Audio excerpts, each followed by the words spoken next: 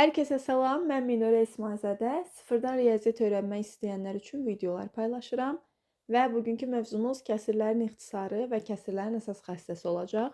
Videonu yenidən çəkmək məcburiyyətində oldum, çünki birinci qeyddə səs yazmanı açmağı unutmuşam. Videoda yalnız görüntü var, səs yoxdur. Ona görə də videonu yenidən çəkmək məcburiyyətində oldum. Bugün kəsirlərin ixtisarı və kəsirlərin əsas xassəsi haqqında danışacağıq. O zaman çox vaxt itirmədən kəsirin əsas xassəsindən başlayaq. Birinci növbədə baxaq, kəsirin əsas xassəsi nəyə deyilir?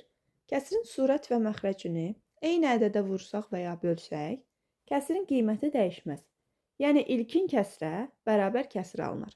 Buna bir nümunə üzərindən baxaq. Bu arada kəsirin surət və məxrəcini A və B ədədi şəklində yazacağam. Biz dedik ki, eyni ədədə vursaq və ya bölsək qiymət dəyişmir. Yəni, A və B ədədini, nümunə ədədi 3 götürürəm. 3-ə vursam və ya bölsəm, bu kəsrə bərabər kəsir alınır. Və yaxud da bölmə nümunəsinə baxaq. A və B ədədini 3-ə bölsəm, ilkin kəsrə bərabər kəsir alınır. İndi buna bir nümunə üzərindən baxırıq. Məsəl üçün, 20-də 5 kəsrinə baxaq. Biz bilirik ki, 20 və 5 ədədi hər ikisi 5-ə qalıqsız bölünür. O zaman elə 5-ə bölək. 20 bölünsün 5. 5 bölünsün 5. Bərabərdir. 4-də 1. Yəni, 20-də 5 kəsri ilə 4-də 1 kəsri bir-birinə bərabərdir.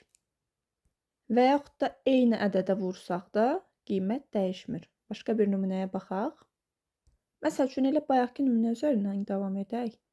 20-də 5-i kəsin surət və məxrəcini 4-ə vururam. Yəni, 20-ni də 4-ə vururam, 5-i də 4-ə vururam. 80-də 20. Bu alınan kəsirlə ilkin kəsir bir-birinə bərabərdir. Məncə, bura tam olaraq aydın oldu, çünki asan bir mövzudur. Bir misal üzərindən də baxaq, daha doğrusu bir çalışma üzərindən. Məsəl üçün, yazıb ki, 4-də A bərabərdirsə 8-də 6-ya A ədədini tapın. Biz buradan görürük ki, 4-dən 8-i almaq üçün kəsrin məxrəci 2-yə vurulub. Və bir-birinə bərabərdirsə, deməli, surəti də eyni ədədə vurmalıyam. Deməli, surət də 2-yə vurulub. Yəni ki, 6-nı 2-yə böləcəm. Cavab 3. Deməli, A ədədimiz 3-ə bərabərdir. Bir də buna real nümunələr üzərindən baxaq. Ümumiyyətlə, başa düşək ki, bu nə deməkdir? Bu kəsirin bərabərlik məsələsi necə olur? Biz keçən dərslərdə pizza nümunəsindən istifadə etmişdik. Yenə eyni nümunə üzərindən gedəcəm. Siz sanki mən ideal pizza çəkmişəm kimi düşünün. Bu pizzanı bölürəm 4 yerə. Bu pizzanı bölürəm 8 yerə. Və biz dedik ki, 4 yerə bölüb 1-ni götürsək, bu bunun 4-də 1 hissəsi olar, düzdürmü? Ümumi dilimlərin sayını məxrəcə, götürdüyüm dilimlərin sayını isə surətə yazıram. İkinci pizzada 2 dilim götürsəm, bu deməkdir ki, 8-də 2, düzdürmü? Və biz öyrəndik ki, eyni ədədə vururamsa surət və məxrəci, alınan kəsirlə birinci kəsir bərabər olur. Və mən buradan görürəm ki, 8-də 2 kəsiri ilə 4-də 1 kəsiri bir-birinə bərabərdir. Çünki 4-də 1-in surət və məxrəcini 2-yə vursam, elə 8-də 2 alınır.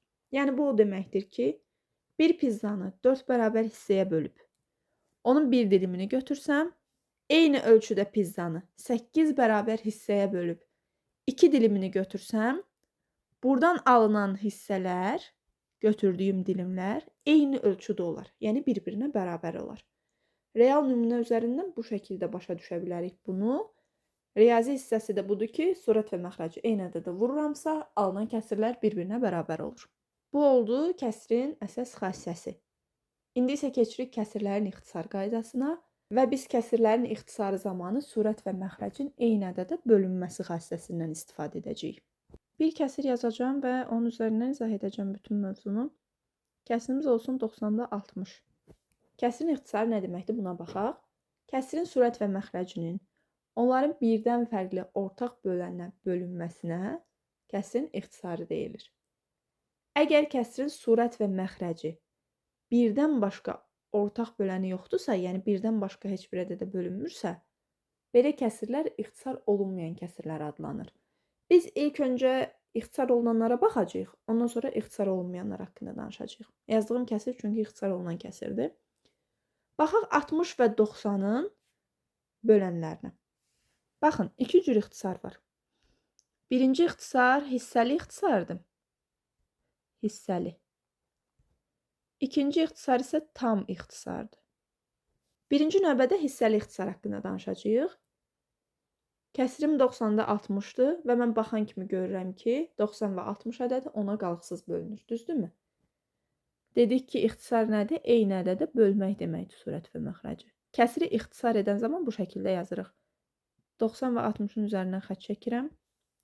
Ona böldükdən sonra aldığım ədədi məxrəcin aşağısından və surətin yuxarı hissəsindən yazıram bu şəkildə.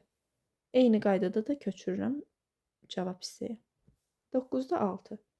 Və mən 9-da 6 cavabını tapandan sonra görürəm ki, 9 və 6 da eyni zamanda 3-ə bölünür. Yəni 9 və 6-nı da 3-ə bölürəm. Yazıram bu hissədən 3, bu hissədən 2. Cavab 3-də 2 alınır. Yaxşı, keçək tam ixtisar izahına baxaq. Əgər 90-da 60 kəsirini tam ixtisar etmək istəsəm, birbaşa 3-də 2 almaq istəsəm nə etməliyəm? Baxın, 3-də 2 kəsri 90-da 60 kəsrinin tam ixtisar olunmuş formasıdır.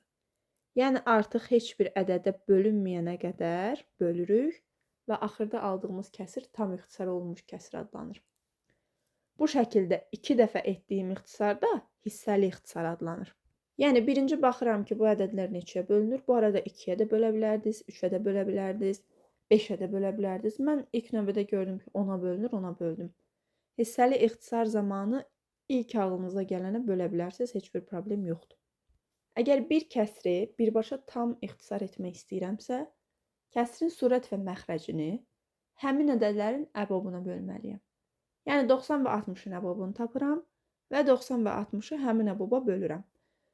Gəlin hesablamadan belə deyim, 90 və 60-ın əbobu 30-dur. Yəni hər ikisini 30-a bölürəm. Burada alınır 3, burada alınır 2, birbaşa 3-də 2-ni tapa bilirəm. Bu şəkildə ixtisar olunmaya kəsrin tam ixtisarı deyilir, yəni ikinci qayda. Bu arada onu da qeyd edeyim ki, həm tam ixtisar, həm də ki, hissəli ixtisar çox istifadə olunur. Yəni, şərt o deyil ki, hər dəfə ədədlərin əbobunu tapıb birbaşa ixtisar edəsiniz. İlk gördüyünüz bölünməyə bölürsünüz. Yəni, ilk hansını görürsünüzsə ki, bu ədədə bölünür hər ikisi. Bölün geçsin, ondan sonra da ardınca hissəli şəkildə ixtisar edə bilərsiniz. Və onu da qeyd edeyim ki, nə qədər çox misal işləsəniz, ədədlərin artıq əbobunu əzbərləyəcəksiniz və özünüz də onsuz da ki, bir müddət keçəndən sonra kəsirləri tam ixtisar etməyi bacaracaqsınız əbobu hesablamadan. Biz bir də ixtisar olunmayan kəsirlər haqqında danışmışdıq, onlara da baxaq. Biz bilirik ki, qarşılıqlı sadə ədədlər var. Yəni, əbobu 1 olan ədədlər. Və kəsrin ixtisar şərtində də demişik ki, birdən fərqli ortaq bölənə. Əgər birdən fərqli ortaq bölən yoxdursa, yəni bu kəsirin surət və məxrəcində dayanan ədədlər qarşılıqlı sadədirsə, bu kəsirlərə ixtisar olunmayan kəsirlər deyilir. Nümunə olaraq 12-də 11 yazıram. 12 və 11-in birdən başqa ortaq böləni yoxdur. Yəni bu ədədlər qarşılıqlı sadədədir. Bu o deməkdir ki, bu kəsir ixtisar olunmayan kəsirdir. İstəyirəm kəsirlərin ixtisarı ilə bağlı bir neçə də misala baxaq ki, daha yaxşı başa düşək. Məsəl üçün 72-də 46. Bölünmə əlamətlərindən istifadə edirəm. Hər iki ədəd cütdür və bilirəm ki, hər ikisi 2-yə qalıqsız bölünür. Burada qalır 23, burada qalır 36. Cavab 36-da 23. 23 sadə ədəddir və 36 ilə başqa ortaq böləni yoxdur. Ona görə də elə bunların tam ixtisarından alınan ədəd, alınan kəsir 36-da 23 kəsiridir. Növbəti nümunəyə baxaq. 180-də 120. Məsələn, bunu hissəli ixtisar eləyib 10-a da bölə bilərəm. 18-də 12 qalar. 10-a ixtisar eləsəm. Daha sonra hər ikisini 6-ya da bölə bilərəm. 3-də 2 qalar. Və yaxud da 180 və 120-ni birbaşa 60-a da bölə bilərəm. Bir də maraqlı belə bir misal var. Deyir ki, ixtisar edin bu kəsri. 9-da 45. 9 və 45-in əbobu 9-dur. Çünki biz öyrənmişdik ki, bir ədəd o birinin böləndirsə, bölən ədəd əbob, bölünən ədəd isə əkobdur. Yəni bunların əbobu 9-dur. Hər ikisini 9-a bölürəm. Cavab 1-də 5 alınır. Təbii ki, bunu bu şəkildə yazmırıq. Çünki biz bilirik ki, kəsir bölmək deməkdir. 5-i 1-ə böləndə 5 qalır. Birbaşa 45-i 9-a da bölüb 5 yaza bilərsiniz. Sadəcə şərtdə ixtisar edin dediyi üçün biz bunu bu şəkildə yazdıq. Bir dənə başqa bir nümunəyə də baxaq. Məsəl üçün 60-da 32 kəsri. Heç düşünmədən görürəm ki, hər ikisi cütdür. 2-yə bölürəm. Burada qalır 16, burada qalır 30. Olduğu kimi köçürürəm. 30-da 16. Daha sonra baxıram ki, alınan ədədlər yenə cütdür. Deməli 2-yə bölünə bilər. Burada qalır 15, burada qalır 8. Cavab elə 15-də 8. Bundan sonra ixtisar olunmayacaq. Çünki 15 və 8 ədədləri qarşılıqlı sadə ədədlərdir. Yəni şərt deyil ki, hər dəfə əbobu hesablayıb ona böləsiniz. Onsuz da ki, ixtisar etdikcə görəcəksiniz ki, yenə ortaq bölənlər var. Yenə böləcəksiniz və yaxud da birbaşa da görə bilərsiniz ki, hər ikisi 4-ə bölünür, böləcəksiniz. Bu qədər sadə. Bir dənə də nümunəyə baxaq. 42-də 9 kəsri. 9 bilirəm ki, 3-ə bölünür. 42-nin də rəqəmlərinin cəmini baxıram 6. 6 da 3-ə bölünürsə, 42 deməli 3-ə qalxısız bölünür. Daha sonra hər ikisini 3-ə ixtisar edirəm. Burada qalır 3. Burada qalır 14. Cavab 14-də 3. Nə qədər çox misal işləsək, o qədər sürətli şəkildə ədədlərin tam ixtisarı olması üçün hansı ədədə bölmək lazım olduğunu bilə bilərik əzbər şəkildə. Bu səbəbdən nə qədər çox misal işləsək, bu vərdişləri özümüzdə daha tez avtomatik hala gətirə bilərik. Bugün kəsrin əsas xassəsi və kəsrin ixtisarı haqqında danışdıq və onu da qeyd edeyim ki, bu kanalda sıfırdan riyaziyyat dərsləri haqqında paylaşdığım üçün dərslər 5-ci və 6-cı sinif səviyyəsində izah olunur və çalışıram ki, ardıcıllığı məktəb dərsliklərinə uyğun olaraq davam etdirim ki, 5-ci, 6-cı sinifdən və yaxud da biraz yuxarı sinifdən kimlərsə videoya baxırsa, onlar üçün anlamaq daha asan olsun.